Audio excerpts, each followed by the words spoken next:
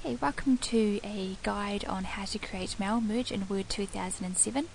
And for the purpose of this task, we'll be using a scenario where we're a school who would like to send out some letters, and in the letters we'd like to include the postal address and details of the student, as well as the course they've enrolled in, the price of the course, and the date in which the course starts. Okay, so first thing we need to do is indicate to Word that we'd like to do a mail merge. So if we have a blank document open on our screen and we go to our Mailings tab located along the top of our page, click once on there and you'll see the Mailings information will appear. We're going to go to Start Mail Merge and we're going to use the step-by-step mail merge wizard. I recommend using the wizard as it gives you step-by-step instructions and wee hints along the way to help you out. Okay, so what we're going to do is choose our starting document. Now I've already created a letter that I'm going to use as the base for my mail merge. So what I'm going to do is select Start from Existing Document. Now you'll see when I click on here, it'll bring up an option for me to locate the file I'd like to use. So I click on Open and it'll give us a Open dialog box, and I'm going to locate my file. Now you could have this saved anywhere on your computer, so my letter's called Student Confirmation Letter. Okay, so now if I look on my Mail Merge task pane down the right hand side, I'm going to go to step 3 of 6, which is selecting my recipients. So click once on here. I'm going to use from an existing list because I've got a table already with the information on that I need.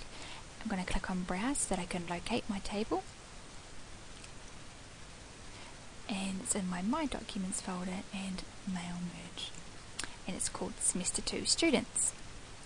Okay, and you can see here it's given me a new window and it's called Mail Merge Recipients, and it's listing the location of my file and all the information that's in my table. So you can see I've got the student's last name and first name, the title, address, the city and suburbs, so that's going to be my postal information, the course they've enrolled in, the fee for the course, and the start date. So I'm happy with all of this, so I'm going to click on OK. And now I'm going to go to step 4 of 6, which is writing my letter.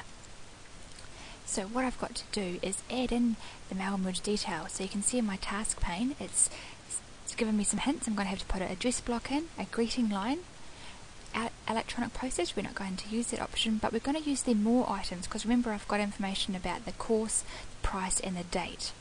So what I'm going to do, just to help it out, I'm going to turn the Home tab and I'm going to turn on the Show Hide. And what it's going to do is show me all my paragraph marks so that I can see more clearly where I'm going to be entering these address blocks and greeting lines. So I need to indicate where I'd like my address block to go, which is here. I'm going to click once with my mouse there, and then once on address block, and it's going to bring me up and insert address block dialog box, and I can choose the format of the information. So I'm going to go with the default, which you can see here with the preview, and it's using my own data in the preview, so I like that layout, so I'm going to stick with it. I'm going to click on OK to confirm, and you can see now it's added in a field called address block. And now I'm going to put in my greeting line, so that is my dear certain person. So what I'm going to do is click in here, it's where I'd like it to come in. I'm going to click once on greeting line, and again it's going to give me some formatting options. I'm going to choose to have no comma at the end, so I'll click on the wee arrow and select none. And again it's given me a preview using my own data, and I'm going to click on OK to confirm. Now this is where we can put in our specific information, so I'm going to indicate in this line, thank you for enrolling in the course. So I'm going to click in this wee gap here. See, I've used 2 spaces so that I've got room to put in an extra field. And remember, we're going to use a more item, and this is the course they've enrolled in. So I'm going to insert the course merge field. Insert once and close.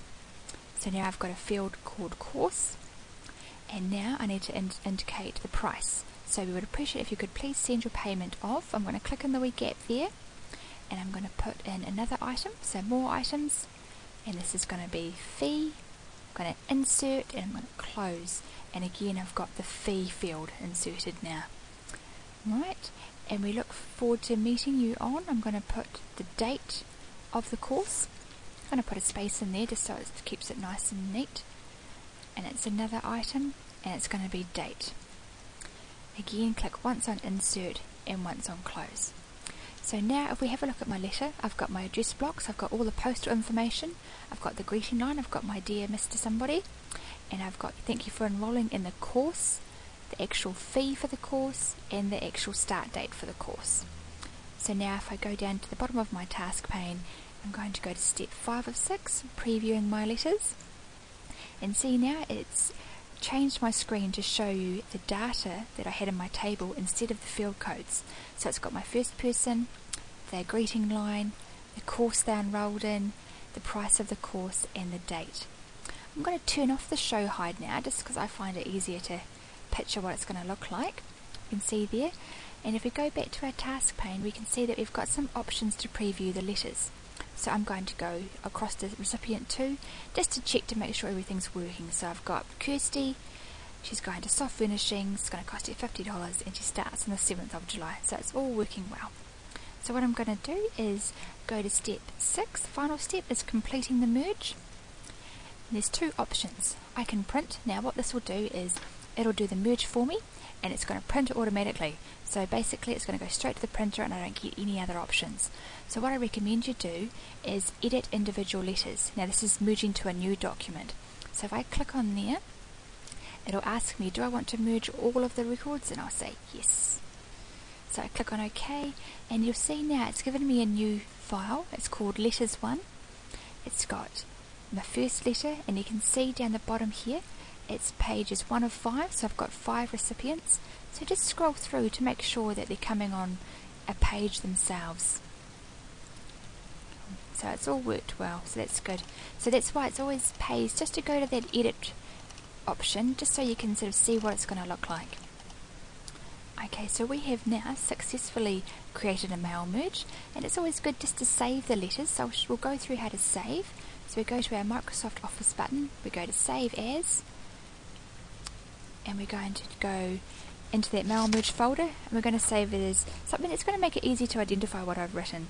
So it's going to be Semester 2 Students, and we'll call it Confirmation, and save. So what we've done is we've had a existing letter, we've now merged it to a data source that had 5 lots of different data in it, and now I can send my letters. Thank you.